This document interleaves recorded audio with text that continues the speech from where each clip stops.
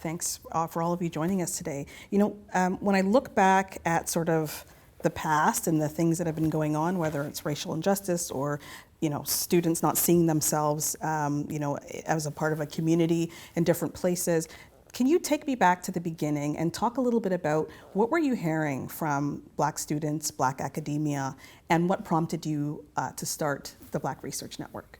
We could go back to the 1860s when, you know, Anderson Ruffin Abbott, for example, was the first Black man to graduate from the Faculty of Medicine. I think he was at University College. Or the early 1920s when Elizabeth Lean Griffin was actually denied a place in the Faculty of Medicine. The senior administrator wrote to the registrar saying, I hope you don't actually give her a place because she won't actually fit in here.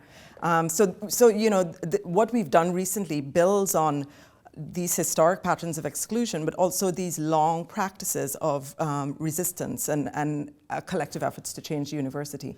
The recent initiatives and efforts that have gotten us to where we are would not have been made possible without those earlier efforts, and in particular, the one I would like to name is the work of the students who formed themselves in 2015 into the Black Liberation Collective. And in fact, their demands well anticipated the formal anti-Black racism task force and contained some incredible demands, many but not all of which have actually sort of been met. So I think first and foremost, I want to credit that wider community and the students who made it possible for us who pushed us to think about how might we use our positions, our power, our privilege, to try to change things for those who are most precarious at the university in terms of Black faculty, Black students, Black staff.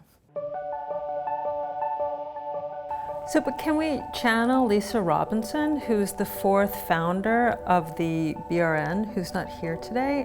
She's a medical doctor, and can you guys kind of summon the spirit of Alissa into this conversation? Yeah.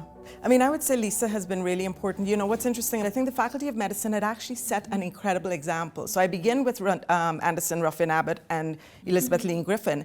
But the Faculty of Medicine is actually where you had a supportive dean, you had Alissa Robinson, you had an amazing former student, Ike Okafor, who became a staff member. And they actually set up an incredible program to recruit Black and Indigenous and working class kids into the Faculty of Medicine that involved the community. So I remember being invited, I wasn't even in medicine, I mean, come on. They invited faculty, Black faculty members, they invited the community to help look at applications. They set up mentoring programs for high school kids, helped them through the MCAT and all of that. And the result was actually incredible. And Alissa is amazing in that context, especially when, as Maydianne said, in the STEM fields, seeing Black faces, faculty and students, is really, really a rarity. So the fact that that initiative came from the Faculty of Medicine, I think, was really fantastic and tells you a lot about Alissa's commitment to these questions. How is the BRN helping to build pipelines? There's a huge desire, or at least there's this, you know, vocal desire to see more Black faculty on our campuses and across all the disciplines. And I want to point out the work that Maydianne has done in TIDE, because without TIDE, we would not be making any shifts in getting our non-Black colleagues to hold the space and to make the space. That change has to come through allies as well. And that's the work I think that really has helped us a lot with hiring. Toronto Initiative for Diversity and Excellence, or TIDE, is a group of faculty who volunteer their time to learn the literature on bias, in particular how it relates to basically employment equity groups, but having disaggregated the effects on people from different racialized backgrounds. And what we do is actually knowledge translation. In large part, I find our colleagues are shocked by the magnitude of the effect that an unconscious bias can have. And biases are formed by the media. Biases are formed by the things you hear on the playground. Biases are formed by the human tendency to judge people based on a couple of physical characteristics. And we all have them. So TIDE has these conversations. We have them with different units. We've been invited by the Vice Provost to present to leaders at the university. So every year we present to leaders, we present to people who invite us, and we create workshops that sadly, but also with high impact, are based on actual things that have happened at U of T. And then we talk through how these what these things mean. Another important dimension, regardless of who is in front of the classroom, is curricular materials. And that is everybody's business. That's not just Black faculty's business. So curricular transformation, where that material is being communicated to students across the campus, is also an important way of shifting people's understandings, their imaginations, and the recognition that this struggle and this work that we're doing for Black faculty, for Black staff, and for Black students, which is about being human, is a struggle for everyone. Let's talk about bringing people to the table. How are you working with people outside of the university that may not have an experience living in a Black body, but they want to be allies to, helping you to kind of advance the BRN? I don't know what the people are saying who don't care about this stuff. They don't come to us. Right, I know. So this is, what is it, bias confirmation? But the ones who are showing up, they're just like, hi, let's collaborate. It's quite good. And why do you think there's that interest to collaborate? And let's kind of bring it down to sort of at U of T.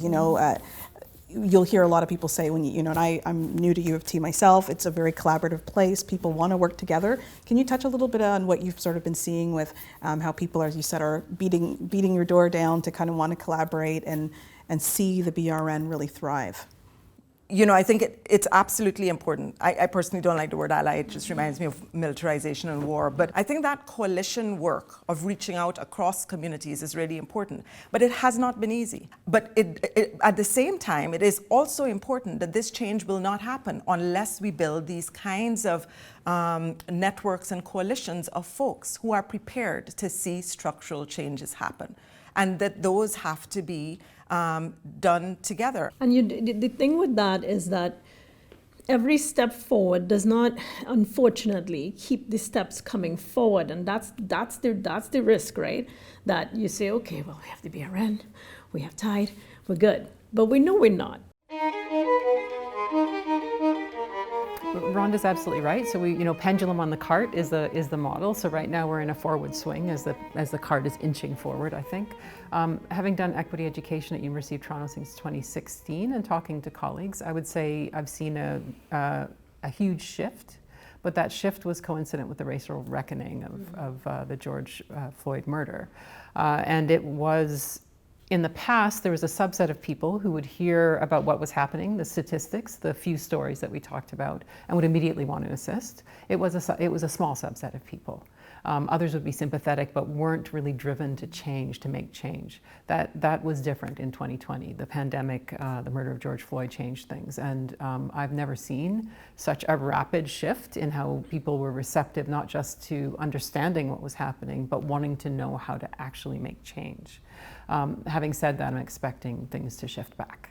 So this kind of change can only be sustained for so long, I think, and that's why it's essential to create structures and to make changes in policy that will make it impossible for things to shift back as far as they were before. The thing we know about people and society and cultures and however you want to put it, communities, is that they're never static. So every time we define success, the bar is going to move in some direction or another depending on what's happening at the time. And I think we need to be open and flexible to those movements. We disagree with each other. But in that disagreement, we have those conversations, and it's not always comfort, and this isn't always like Happyville, right? Mm-hmm. So, and within the BRN, I think to reflect the true purpose of a university, which is to have those conversations and to create a place where those conversations can happen, right? And I think it's important for people to not see the BRN as a replacement for equity, diversity, and inclusion efforts and justice efforts. It's entwined because of who we are and what our colleagues, what we study and what we research.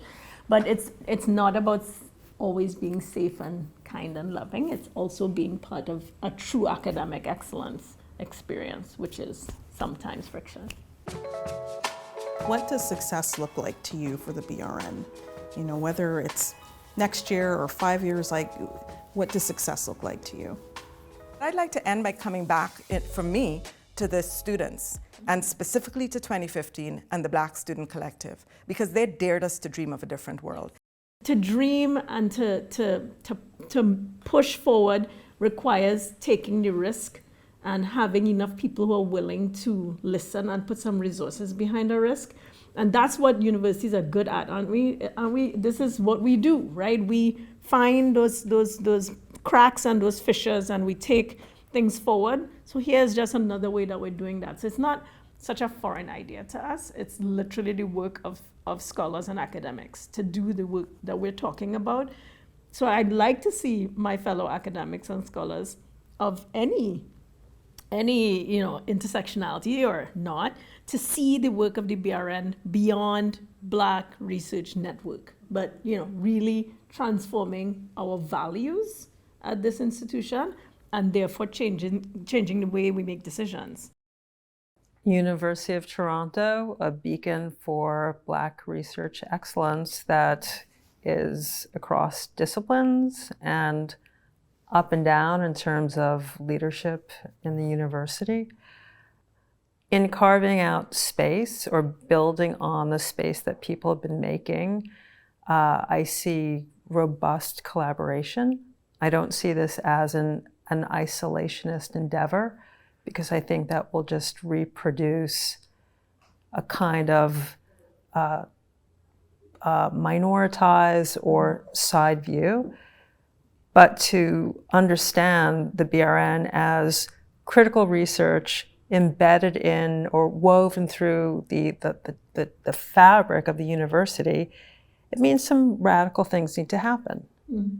The university will be transformed, and we think this is the way of the future. Now I'm going to sound like the Mandalorian, this is the way. But what is the future that we'd like to see?